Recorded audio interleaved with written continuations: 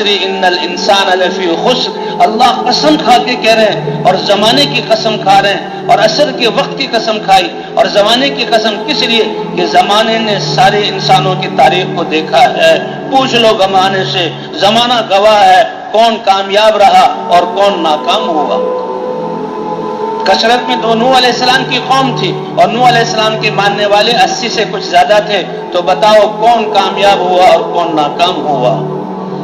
روئے زمین پر سب سے طاقتور قوم جو پیدا ہوئی قوم عاد تھی.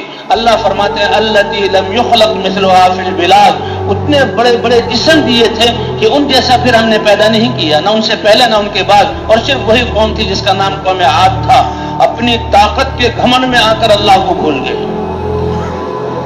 اللہ نے پکڑا نہیں، سرکشی کر رہے ہیں، ظلم کر رہے ہیں، زمین کو جہاں فساد سے بھرا ہوا ہے، بگاڑ پیدا کیا ہوا، لیکن اللہ نے پکڑا نہیں. اللہ نے نبی بھیجا اور نبی سے کہا دیکھو ان کو میرا تعارف کراؤ، ان کو میری طرف بلاؤ، ان کو لا الہ الا اللہ کے کلمہ سکھاؤ، ان کو میرا اتارا ہوا دین جس سے امن آئے سکھاؤ اور ان سے کچھ نہ مانگو.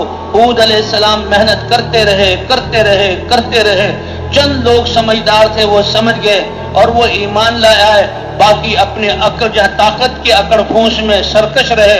اللہ نے ہوا بھیج کر ان کو اڑا دیا. جی ہاں، 7 لیال و 8 ایام.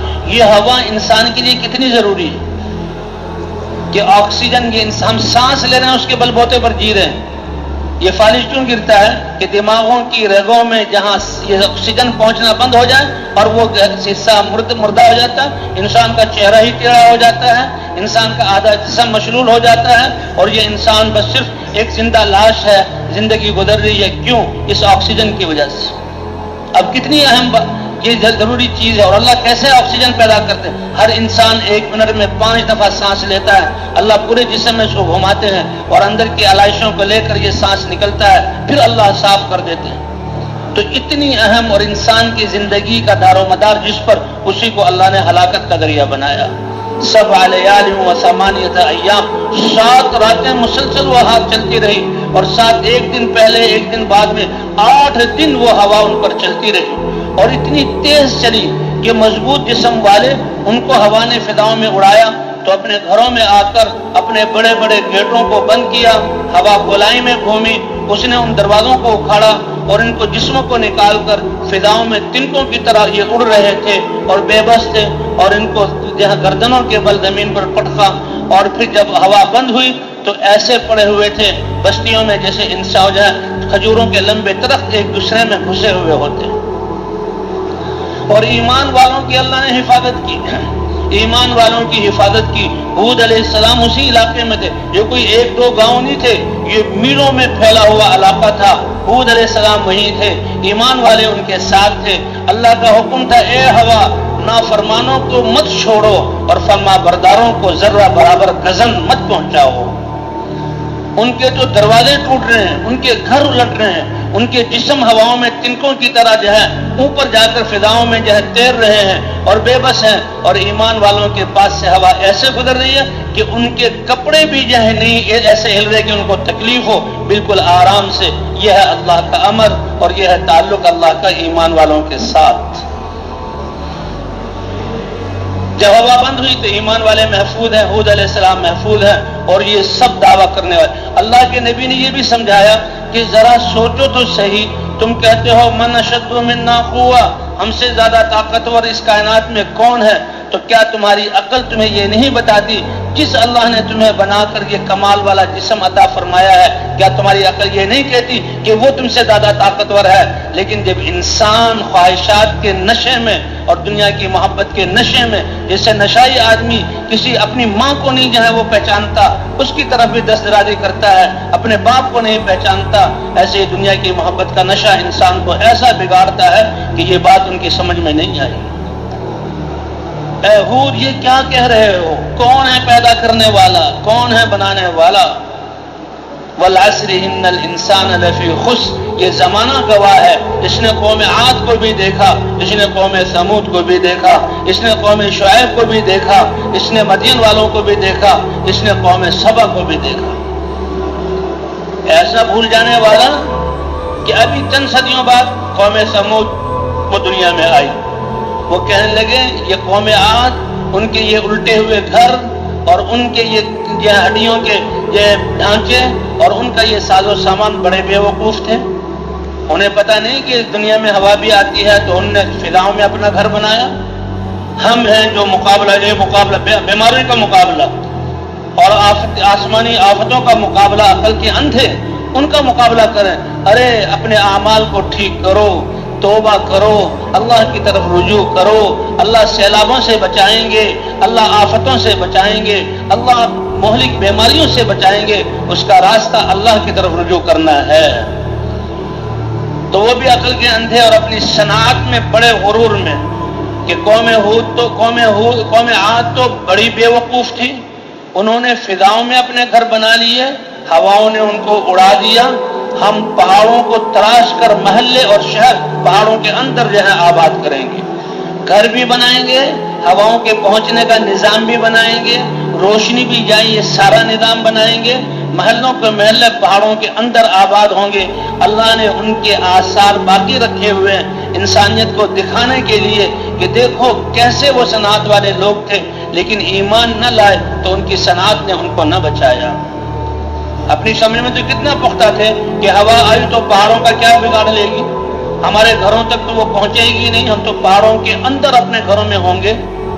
اللہ کے نافرمان، اللہ نے ان کو ہلاک نہیں کیا. یہ میرے بندے ہیں، یہ اپنی طاقت کے گھمنڈ میں غفلت میں پڑ گئے ہیں، نشے میں پڑ گئے ہیں، میں نے ان کو معاف کرنا ہے. اللہ نے صالح علیہ السلام کو بھیجا. اے میری قوم اعبد اللہ، اللہ کی عبادت کرو، وہی تمہارا خالق اور مالک ہے، رزاق ہے. اسی نے تمہیں بنایا ہے، اسی نے یہ سمجھ دی ہے، اسی نے تمہیں یہ مواقع دیے ہیں کہ تم نے دنیا میں ایک کارنامہ انجام دیا. اگر اس پر ایمان لے آؤ تو فلاح کو پا جاؤ گے. اے صالح تمہاری بات سمجھ میں نہیں آتی، کہاں ہے اللہ، کہاں ہے یہ چیزیں، اس کی قدرت. یہ تو ہم نے اپنے ہاتھوں سے کیا، تراش تراش کر یہ شہر آباد کیے ہیں. یہ ہمارے ہنر کا کارنامہ ہے، ہمارے فن کا کارنامہ ہے، جسے آج دنیا دعویٰ کر رہی ہے کہ ہم فضاؤں کو چیر کر کہاں کہاں تک پہنچ گئے. لیکن یہ اللہ کی ڈھیل ہے، اللہ نے یہ ساری چیزیں دی. اچھا تم اللہ کے رسول ہو تو ہمیں کوئی معجزہ دکھاؤ، کوئی معجزہ دکھاؤ. اللہ نبیوں کو بھیجتے ہیں اور خود اللہ اپنی علم اور حکمت سے معجزہ دیتے ہیں. لیکن انسانوں کا زبردستی معجزہ مانگنا، کیونکہ وہ پتھر پھوڑ تھے، پتھروں کا کام کرنے والے تھے، پتھروں کو تراشنے والے تھے. اللہ نے معجزہ بھی ایسے ہی دیا کہ ایک بڑا پہاڑ چٹان کی صورت میں ایک پہاڑ تھا، کا معجزہ دکھاؤ تو وہ پہاڑ ہلا اور اس میں تھر تھری پیدا ہوئی اور اس کے بیچ سے ایک اونٹنی 10 ماہ کی گابھن اونٹنی سامنے آ گئی کہ دیکھو تم نے تو صرف گھر بنائے ہیں، یہ تو انسان کر سکتا ہے، اور میرا اللہ اتنی قدرت والا ہے کہ اس پتھر سے ایک جاندار اونٹنی جو 10 ماہ کی گابھن ہو وہ، اور اس نے آتے ہی بچہ دیا اور بڑی اونٹنی تھی. کہا دیکھو یہ اللہ کی نشانی ہے، یہ اللہ کی نشانی ہے. اب مان لو. کچھ لوگ ایمان لے آئے، لیکن ہٹ دھرم لوگ کہتے نہیں ہم نہیں مانتے اس کو.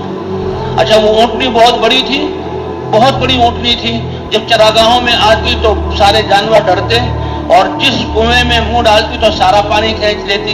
لیکن ایسا ہی نہیں تھا، بلکہ وہ دودھ بھی اتنا دیتی تھی کہ جس گاؤں جس علاقے میں وہ اونٹنی تھی اس کا دودھ اتنا نکلتا تھا کہ سارے لوگ اپنے برتن اس کے دودھ سے بھر لیتے تھے، سارے لوگ اپنے برتن اس کو بھر لیتے. اتنی بڑی نشانی کے باوجود بھی جن کے دلوں میں دنیا کی محبت اور اس کا نشہ تھا وہ اس کو نہ سمجھ سکے اور خلاف چلنے لگے. اس اونٹنی کو انہوں نے شہید کروایا. اللہ نے ایک چیخ بھیجی، ہوا نہیں بھیجی، فرشتے کی ایک چیخ ایسی کہ وہ اپنے گھروں کے بیچ میں تھے، اس نے کلیجوں کو پھاڑ دیا اور ایسا ہو گیا کہ یہ ہزاروں کی بستیاں اور یہ ہزاروں کی قوم کہ کوئی سانس کی آواز بھی کہیں نہیں رہی. فاصبحوا فی دارہم جاثمین، کہ اپنے گھروں میں گھٹنے کے بل اوندھے پڑے ہوئے تھے اور کوئی سانس لینے والی چیز باقی نہیں تھی. اللہ نے ان کو ہلاک کیا اور صالح علیہ السلام اور ایمان والوں کو بچایا.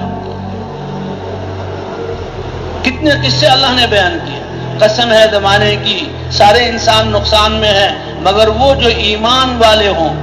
ایمان سب سے بڑی دولت. ایمان سب سے بڑا یقین، ایمان وہ جو امن دلائے انسان کو۔ جب اللہ کی ذات پر ایمان ہے، یقین ہے اللہ کرنے والے، تو یہ انسان کسی حال میں پریشان نہیں ہو سکتا، اور اس انسان کو اللہ پریشان نہیں ہونے دیں گے۔ اسلام پر ہیں تو سلامتی ہی سلامتی ہے۔ ہم ایمان والے کہہ رہے ہیں امن نہیں ہے، تو یہ اپنے ایمان کی خیر منائیں۔ اسلام والے ہیں سلامتی نہیں ہے، تو ہم دیکھیں کمی کہاں پر ہے۔ یہ نبیوں کی محنت اسی لیے ہوتی ہے۔